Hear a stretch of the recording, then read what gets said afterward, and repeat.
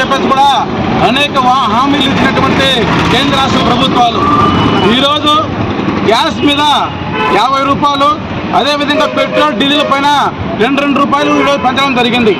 ఈరోజు కేంద్రంలో ఉన్నటువంటి నరేంద్ర మోడీ, అదేవిధంగా రాష్ట్రంలో ఉన్న చంద్రబాబు నాయుడు ఇద్దరు కూడా ప్రజలపై భారాలు మోపి ఈరోజు ధరలు విపరీతంగా పెంచడం జరుగుతుంది.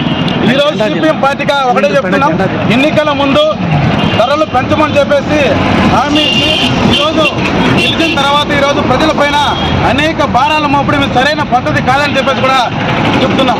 అదేవిధంగా ఇప్పుడు చూస్తే చమురు ధరలు ఇప్పుడు విపరీతంగా 50% తగ్గిపోవడం జరిగింది.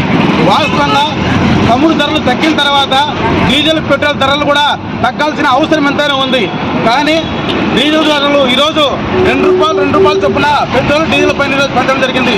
ఇదే విధంగా కొనసాగితే రాష్ట్ర వ్యాప్తంగా సిపిఎం పార్టీ ఆధ్వర్యంలో కూడా పెద్ద ఎత్తున ఆందోళన చేపడతామని చెప్పేసి కూడా తెలియజేస్తున్నాం.